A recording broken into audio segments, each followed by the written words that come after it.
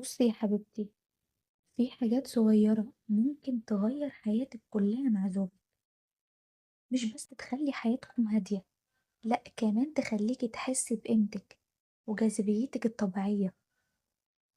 تعالي أقول لِك إزاي. النقطة الأولى، اهدي، ما تتعامليش بعصبية أو عناد. بُصّي، كل ما تهدي صدقيني هتبقي أقوى. لو مثلًا اتأخّر في الرَد على رسالة، ما ترفعيش صوتِك وما تفضليش تقولي له أنت دايمًا كده، لأ، قولي حبيبي أنا مستنية ردك، لما تفضى ابقى كلمني، كده أفضل بكتير. الصوت الهادي أصلا بيخلي كل كلمة ليها تأثير أكبر من أي صراخ. اللي بسرعة بتنفعل بتبين ضعفها من جوه أساسا، فهدوءك هو سلاحك. النقطة التانية، فكري بطريقة مختلفة، ما تظنيش الأسوأ يا ستي، افترضي الأحسن عشان تريحي نفسك على الأقل. لكن ده مش بس إنك هتريحي نفسك، ولكن بالفعل في تصرفات ما بتبقاش مقصودة، انت بتفهميها وبتفسريها بطريقة مش صح. مش كل حاجة بيعملها الراجل أصلا بتبقى ضدك، ساعات بيعمل حاجة من غير ما يقصد يضايقك. النقطة التالتة معانا، ما تخليش الراجل محور حياتك كلها. يا بنتي انتي مش اتخلقتي عشان الراجل، هو شريك حياة بس. مثلا بدل ما تقعدي تفكري فيه طول الوقت، فين، بيعمل ايه، ليه ما اتصلش، ركزي على حياتك، صلاتك، قرآنك، أولادك، أهلك وشغفك وصحابك. لما يكون عندك اهتمامات تانية هتلاقي طبيعي بيقدرك أكتر ويحترمك أكتر من غير ما تحاولي تتحكمي فيه. النقطة الرابعة، اهتمي بنفسك دايما، انتي أهم حاجة. لو أهملتي نفسك أي حاجة هتديها هتكون نص نص. مثال، يعني مثلا بتحبي تمشي، اعملي لنفسك مشوار يومي.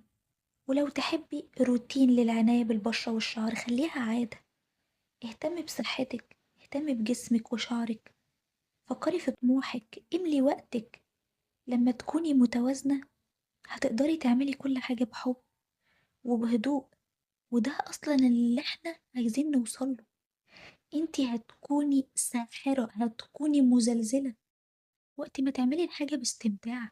الاستمتاع بيقلب حياة الأنثى 180 درجة، بيخلي كل نظرة منها ممتعة، الناس بتحب تقعد معاها.